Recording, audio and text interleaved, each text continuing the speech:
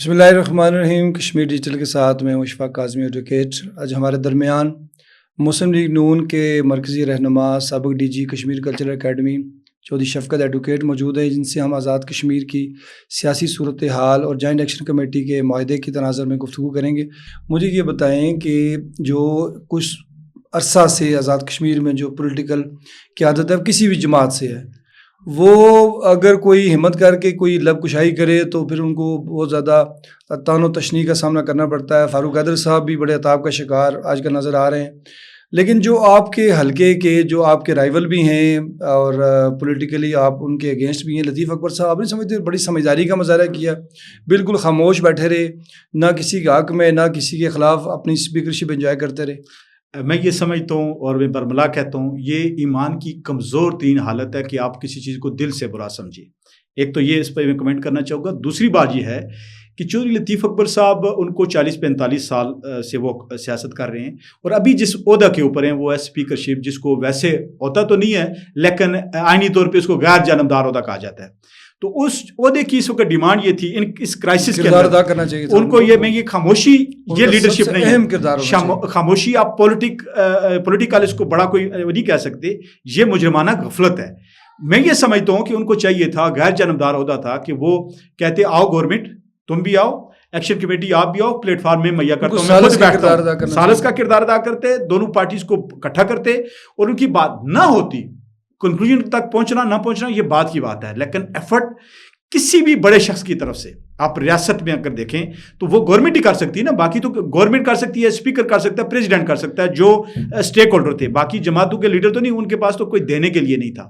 ٹھیک ہے، تو یہ میں یہ سمجھتا ہوں، اس پہ میں کنکلوڈ کر لوں کہ یہ جو لوگ کچھ کہتے ہیں جی بڑا اچھا کیا خاموش ہو ایکشن کمیٹی، یار یہ خاموشی ہے کہ 9 لوگ ریاست کے اندر اس وقت مارے گئے، خواہ پولیس کے مارے گئے یا اس طرف سے شہید ہوئے، یہ ہمارے ہی تھے نا، یہ ہماری ریاست کو. دوسرا ریاست کے اندر جو نفرت عروج کے اوپر پہنچی، اس کا ذمہ دار یہ سارے لوگ ذمہ دار ہیں، جتنے بھی اسٹیک ہولڈرز ہیں. میں یہ سمجھتا ہوں آپ کی جماعت کے لوگ بھی اس میں شامل. ہماری جماعت کیا کرتی ہے، وہ حکومت کے اندر اس لیول پہ تو نہیں ہے، لیکن میں یہ سمجھتا ہوں کردار تو سب کو ادا کرنا چاہیے تھا، اس سے مبارک کوئی بھی نہیں ہے. اور لیکن میں اس موقع سے فائدہ اٹھاتے ہوئے، آپ نے جب میری جماعت کی بات کی تو میری جماعت کی لیڈرشپ نے ایک کام ضرور کیا، شاہ غلام قادر صاحب نے اور جتنے باقی ہیں، طارق فاروق صاحب، مشتاق مناز صاحب، افتخار گیلانی صاحب، انہوں نے فوری جب اس سے پہلے ہی انہوں نے کہہ دیا تھا کہ لوگوں کے اوپر تشدد نہ کریں بلکہ مذاکرات کا راستہ اختیار کریں، جس کی بنیاد کے اوپر آپ نے دیکھا پہلے امیر مقام صاحب آئے، رانا اپنا دوسرا ڈاکٹر طارق فضل چودھری صاحب آئے. پھر جب حالات بگڑے تو ہماری قیادت نے وزیر اعظم پاکستان سے رابطہ کیا کہ آزاد کشمیر کے حالات اچھے نہیں ہیں، جس کی بنیاد کے اوپر میں وزیر اعظم پاکستان کا فیلڈ مارشل آصف مدنی صاحب کا شکریہ ادا کرتا ہوں. انہوں نے اس کو سیریس جانا اور ریاست کے لوگوں کو اپنا جانا، تو اتنا بڑا وفد بنا کے ایک بہترین پولیٹیشینز کا بھیجا اور انہوں نے 3 دن یہاں پہ لگائے، ان کے ساتھ بیٹھے، انگیج کیا، مذاکرات کیے. دیکھیں ایکشن کمیٹی کو بھی ایک لیوریج ضرور دینا پڑے گا یہاں پہ کہ انہوں نے بھی وہ اس سے آگے نہیں بڑھے.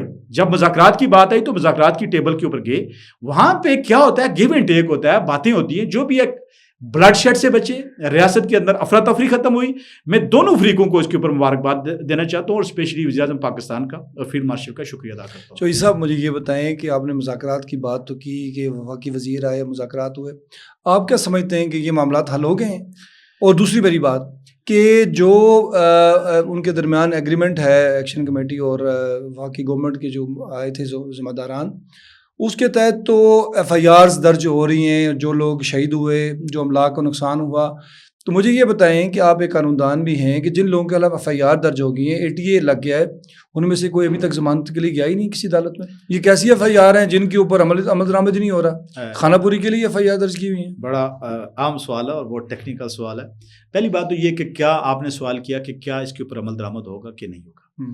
میں یہ سمجھتا ہوں کہ جو وفاقی حکومت کی جو میں اس وقت چیز سمجھا ہوں، یہاں سے جانے کے بعد احسن اقبال صاحب نے، رانا ثناء اللہ صاحب نے اور قمر زمان کائرہ صاحب نے جس طرح گفتگو کی، اور انہوں نے کہا یہ تو مطالبات ایسے تھے نہیں کہ جو نہیں حل ہو سکتے، یہ حل ہو سکتے ہیں. یہ بیٹھ کے بھی دیکھیں، مکالمہ ایک ذریعہ ہے جس کے ذریعے آپ چیزیں، اور کافی ساری چیزیں حل ہو گئی ہیں. پھر پرائم منسٹر پاکستان نے فوری اس کمیٹی کو بلایا، اس کو سنا، پھر انہوں نے مظفر آباد آنا بھی تھا، لیکن چونکہ وہ شرم الشیخ کے اندر اس وقت ڈپلومیٹکلی اور آپ بیرونی دنیا میں پاکستان کا جو امیج ہے وہ بڑی پیک کے اوپر ہے، تو وہاں پہ ان کو جانا پڑ گیا غزہ کے معاملے کے اوپر انہوں نے. لیکن وہ گورنمنٹ آف پاکستان سیریس ہے ان معاملات کے اوپر، اس کا حل ضرور نکالے گی. ان کے ساتھ بیٹھ کے اور انگیج کر کے. ایک بات ہوگی. اب جو دوسری بات آپ نے کی کہ یہ FIRs، بات یہ ہے کہ میں یہ سمجھتا ہوں کہ ہمیں مزید بگاڑ کی طرف نہیں جانا چاہیے. اور پولیس کیا کر رہی ہے کیا نہیں، پولیس بیسیکلی نہایت ڈی مورلائزڈ ہو گئی ہے اور آپ کے ریاست کے ادارے ڈی مورلائزڈ ہو چکے ہیں. کوئی شخص ریٹ آف دا اسٹیٹ برقرار رہنی چاہیے، ریٹ آف دا اسٹیٹ گرفتار ہونا چاہیے. سنیں دیکھیں ایک طرف سے نہیں، پھر یہ نہیں ہے نہیں، پھر پولیس کے لوگوں کو بھی گرفتار ہونا چاہیے. پولیس دیکھیں نا، پولیس کی بات نہیں کر رہا یہاں پہ، اور بڑے چوہی صاحب اچھا آپ کس طرف اشارہ کر رہے ہیں؟ میں بتا رہا ہوں یہاں پہ اور بڑے انسیڈنٹ ہوئے. میں تو ایک بات یہ کہہ رہا ہوں کہ ایک غیر جانبدارانہ جوڈیشل کمیشن بننا چاہیے جس کی وہاں پہ موجود ہے. 29 ستمبر سے سٹارٹ کریں آپ کہ 29 ستمبر کو پہلی بات یہ ہے کہ ایک امن مارچ ہوا، اس دن کے اوپر کیوں ہوا، کس نے اجازت دی، کیوں اجازت دی؟ جب اتنی عرصہ سے ایک کال دی ہوئی ہے تو پھر آپ نے یہ کیوں دی؟ پھر جب وہاں پہ انسیڈنٹ ہو جاتا ہے تو اگر گریوینس ہے کسی پارٹی کا، امن مارچ والوں کا یا دوسری پارٹی کا، اس کے اوپر جوڈیشل کمیشن بن کے اس کو ایڈریس کیا جانا چاہیے اور اس کے مطابق عمل. اگر آپ انصاف نہیں دیں گے، ریاست کے اندر اگر انصاف یک طرفہ ہوگا تو لوگوں کے اندر ہمیشہ نفرت پیدا ہوتی ہے. میں یہ سمجھتا ہوں کہ تمام اداروں کو، ریاستی اداروں کو، ان کو اسٹرینتھن کرنے کی ضرورت ہے اور ریٹ آف اسٹیٹ بحال کرنے کی ضرورت ہے، لیکن وہ یک طرفہ نہیں. وہ نظر آنا چاہیے کہ انصاف ہو رہا ہے ہر طرف. جب ہر طرف انصاف ہوگا میرے خیال میں اس کے اوپر کوئی بات نہیں کر سکے گا. اور جو ایکشن کمیٹی کے خلاف FIRs ہو رہی ہیں، اگر ان کا کسی کے آپ ان کو مشورہ دے رہے ہیں کہ ضمانت کرائیں؟ اپنی ضمانت تو کرانی چاہیے اور ڈیو پروسیس آف لا جو ہے وہ اس کو ویل کرنا چاہیے. دیکھیں نا، یہ تو کوئی طریقہ کار نہیں ہے کہ کسی کے خلاف FIR ہو رہی ہے تو کوئی اس کے اندر رکاوٹ بنے اور ضمانت بھی نہ کرائے، کھلے عام پھرے. وہ خواہ ایک طرف سے، یہ بات میں بار بار کر رہا ہوں، یا دوسری طرف سے. یہ نہیں ہو سکتا کہ کل اگر جتھوں کے ذریعے کوئی چیزیں ہونی ہیں تو کل تو جس کا جتھا باری تو وہ ریاست سے، قانون سے اوپر چلا جائے گا. میں یہ سمجھتا ہوں کہ انصاف وہی ہے جو نظر آئے. جو اچھا، ایک آپ سے بڑا امپورٹنٹ سوال جو ہے وہ میں پوچھنا چاہ رہا ہوں کہ جس طرح مذاکرات ہوئے، مذاکرات میں ان کا مین مطالبہ تھا مہاجرین کی نشستوں کا خاتمہ. اب مجھے یہ بتائیں کہ مہاجرین کی نشستوں کا خاتمہ خالصتاً ایک آئینی معاملہ ہے. آئین کا آرٹیکل 33, 34 اس کو اگر دیکھا جائے تو لیجسلیشن کا اختیار جو ہے وہ صرف پارلیمنٹ کے پاس ہے.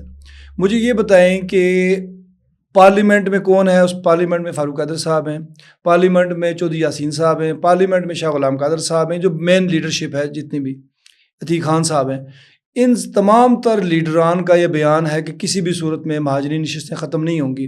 مجھے اب یہ سمجھا دیں کہ یہ وفاقی وزراء کے ایگریمنٹ کے بعد یہ یو ٹرن لیں گے، یہ کس طرح اپنی بات سے واپس آ جائیں گے کہ جی خاتمہ نہیں ہونا چاہیے، آپ وہ خاتمے کے لیے ووٹ دیں گے؟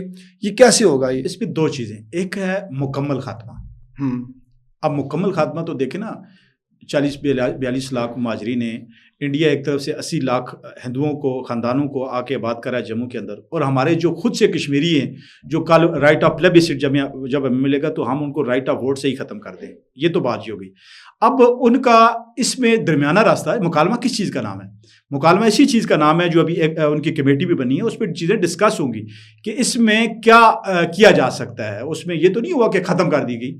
اس میں یہ ہے کہ دونوں یہ کمیٹی بیٹھے گی، اس میں ایکشن کمیٹی کے لوگ بھی بیٹھیں گے، ڈسکشن ہوگی، اور وہاں پہ میں یہ سمجھتا ہوں یہ سیاسی لیڈرشپ کو بھی ایکشن کمیٹی کے لوگوں کو بتانا چاہیے کہ اس کی جسٹیفیکیشن ہے کیا. اگر کوئی جسٹیفیکیشن ہے تو یہ ضرور اس میں سے کمی ہو سکتی ہے. اس میں کوئی اس کا حل تو بہت سارے ہیں جو نکالے جا سکتے ہیں، ان کو حق بھی دیا جا سکتا ہے. لیکن اس کا دیکھیں نا، ان کا ایک کلیم ہے کہ جناب ان کو ڈیولپمنٹ فنڈ نہ دیا جائے. ہو سکتا ہے وفاق ہے کہ ٹھیک ہے آپ نہ دیں، ہم اپنی طرف سے دے سکتے ہیں. ان کو نمائندگی ضرور رکھیں تاکہ ان لوگوں کا حصہ رہے کہ ریاست کے اندر. یہ بھی نکالا جا سکتا ہے. جابس پہ نہ دیں، شاید وفاق کے ٹھیک ہے آپ جاب نہ دیں، ہم جاب دیتے ہیں. راستے نکالے جا سکتے ہیں. اور جو بات آپ نے کی یو ٹرن کی بات نہیں ہے. میں پہلے بھی یہ اس بات کا حق میں ہوں، میں کہتا رہا ہوں، آپ کے پوڈ کاسٹ میں بھی کہتا رہا ہوں کہ ان کو انگیج کیا جائے. اور ریاست کی لیڈرشپ کا لوگوں کے خلاف آ کے کھڑا ہو جانا یہ کوئی حکمت نہیں ہے، بلکہ انہی لوگوں کو سمجھایا جائے کہ بھائی یہ جو چیز بنائی گئی تھی اس کے پیچھے یہ وزڈم تھی اس وقت جب 64 کے اندر یا 70 کے اس کے ایکٹ کے اندر رکھا، اس کی وزڈم یہ تھی. لیکن اگر آپ آج یہ کہتے ہیں کہ یہ نہیں ہونے چاہیے، ہماری یہ ہے آپ کی یہ ہے، اس سے مسئلہ کشمیر کو یہ نقصان ہوگا اور یہ فائدہ جو آپ بات کہتے ہیں اس سے جو فائدہ آپ حاصل کرنا چاہتے ہیں اس کا یہ راستہ نکال لیتے ہیں. تو میرا یہ خیال ہے. دیکھیں نا آپ ایک اور بات، جو پہلے مذاکرات ہوئے اس میں 9 رکنی کمیٹی ان کی طرف سے بھی ایکشن کمیٹی، لیکن وہاں پہ مسئلہ حل نہیں ہو سکا. آئینی مسئلہ تھا. آئینی مسئلہ سمجھنے کے لیے دیکھیں نا، جو آپ سمجھتے ہیں وہ عام آدمی تو نہیں سمجھ سکتا. تو اس دفعہ امجد علی خان صاحب ساتھ بیٹھے ہوئے تھے، انہوں نے آئینی نکات کو بہترین طریقے سے وہاں پہ بیان کیا. تو ایکشن کمیٹی والے بھی انڈرسٹینڈ کر کے کمیٹی کی طرف چلے گئے. انہوں نے کہا کمیٹی بنا کے اس کو فردر ڈسکس کر لیتے ہیں، کنسنسس پیدا کرتے ہیں ریاست کے اندر. میں یہ سمجھتا ہوں یہ یک طرفہ نہیں ہونا چاہیے، ریاست کے اندر کنسنسس پیدا کرنے چاہیے اور اس میں تمام مکاتب فکر کو شامل کرنا چاہیے. اس کے بعد فیصلہ کریں جو بھی ہوتا ہے. اچھا، یہ تو چلیں آپ نے اس کو بڑی ڈیٹیل سے وضاحت کر رہی. یہ مجھے بتائیں کہ اشرافیہ کی مراعات کا خاتمہ ان کا ایک مطالبہ بھی ہے، اور اس کے ساتھ ساتھ ایک جوڈیشل کمیشن کا مطالبہ بھی ہے.